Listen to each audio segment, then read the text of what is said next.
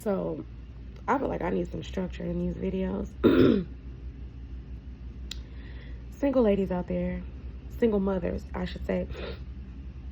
I'm seeing a lot of videos about you guys being bitter and angry and hateful towards your baby daddies. And I'm not saying that your feelings are not valid, because he probably was a fucked up individual. He probably did break your heart. He probably did abuse you and do a whole lot of other shit. But I am telling you, you will get nowhere being bitter with him. Your best bet is to fly above all of the bullshit. All of it. If he's the type of father to make promises to your children and then he don't keep his promises, that's not your battle to fight. What your purpose is to make sure those children understand that they are loved and appreciated.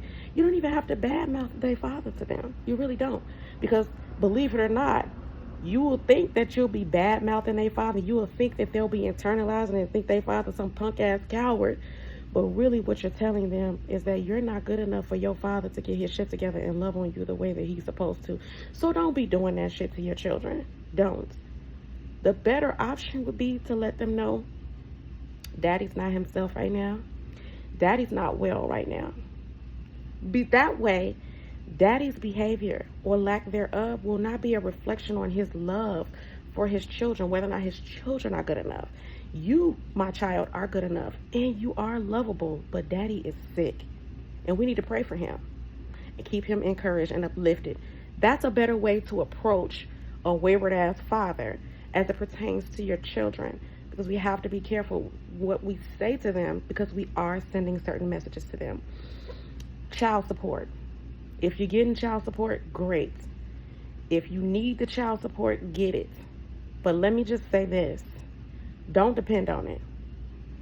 Do not depend on it. If you're getting $200 a month, do not depend on that $200 a month to be paying your rent and bills and car notes, because anything can happen. That man could lose his job, and then those child support payments stop. That man could switch his job, and then you have to wait until they track his ass down again at his new job to start getting your payments back. There are so many other loopholes that he can take advantage of to get off of child support. Or he could just say, fuck you, fuck child support, fuck the system, and go live with some raggedy ass bitch, never work another day in his life, and then you won't be able to find his ass. You will have to get a private investigator to track him down, which is more money shelled out. So don't even bother depending on the child support. If you're getting it, let it be abundance. Let it be abundance. You are going to feel so much better when your child support payments are a form of abundance for you rather than something that you depend on. Because if the state is closed on that day for the holiday and you gotta wait 3 more days, you gotta wait Friday, Saturday, Sunday, and Monday just to get your check, then they send your check on Tuesday or something like that, that's 3 or 4 days of you not having what you need because you were heavily dependent on that child support check.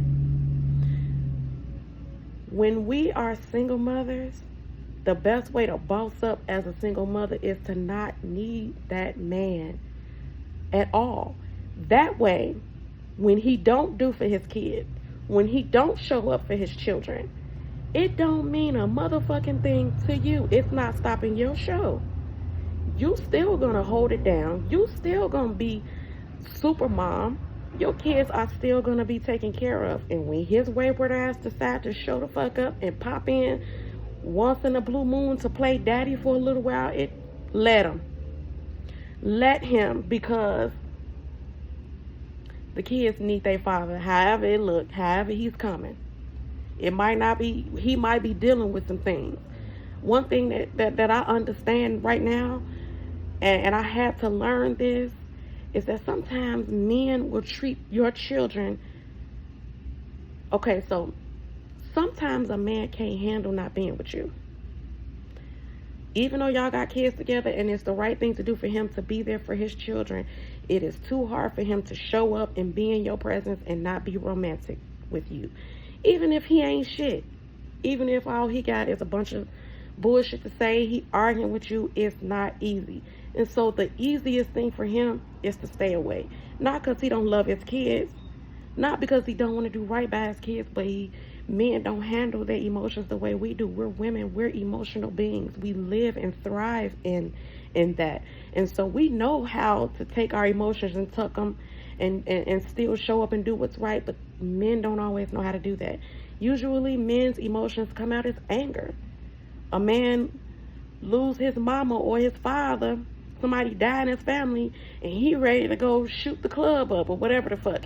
Their emotions, they don't really understand sometimes how to process their emotions, and so it may just show up as anger or,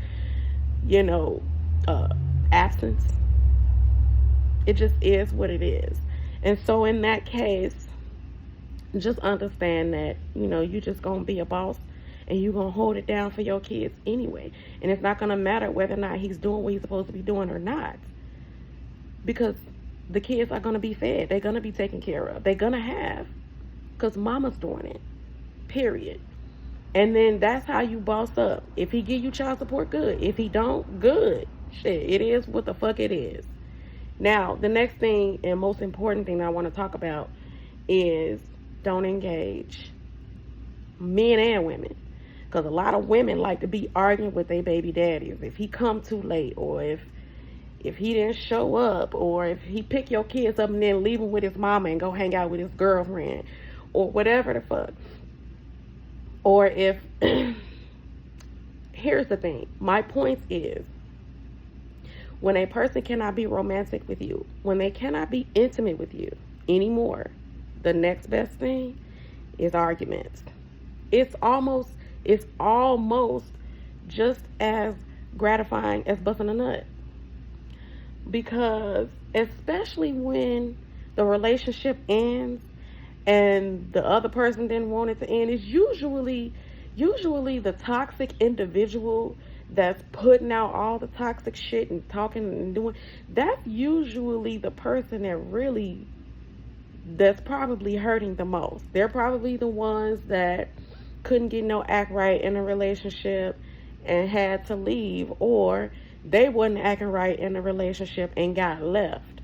Either way, they got a lot of toxic bitterness, and they throwing it at you every time you try to come together for the kid. Don't engage.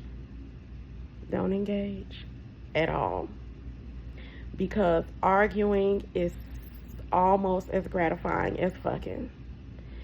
So if you don't want to have sex with them anymore, understand that you're giving them the same gratification when you argue with them. The opposite of love is not hate. It's indifference. So if you really want to show a person that you're just not there with them anymore, you don't give them anything. When they say something stupid, you don't even react or respond to it. You just gloss over that like it never even happened. It might lead to other consequences. Then they might start using the child as a pawn and all that other stuff. But then that's what they got the court systems for. That's what they have that for. And men, if your ex-woman got you on child support, you have rights. You have rights. She has to let you see your kid. Go to court and make them enforce that. And if she don't let you see your kid, she can go to jail for that shit. Just like you can go to jail for not paying your child support. We not fucking around. This is 2025. We are done being bitter baby mamas. We are done being bitter baby daddies. We are done having toxic relationships in front of the kids. We done with all of that. We are breaking these toxic cycles. We are done with all of that. This black family will come back together.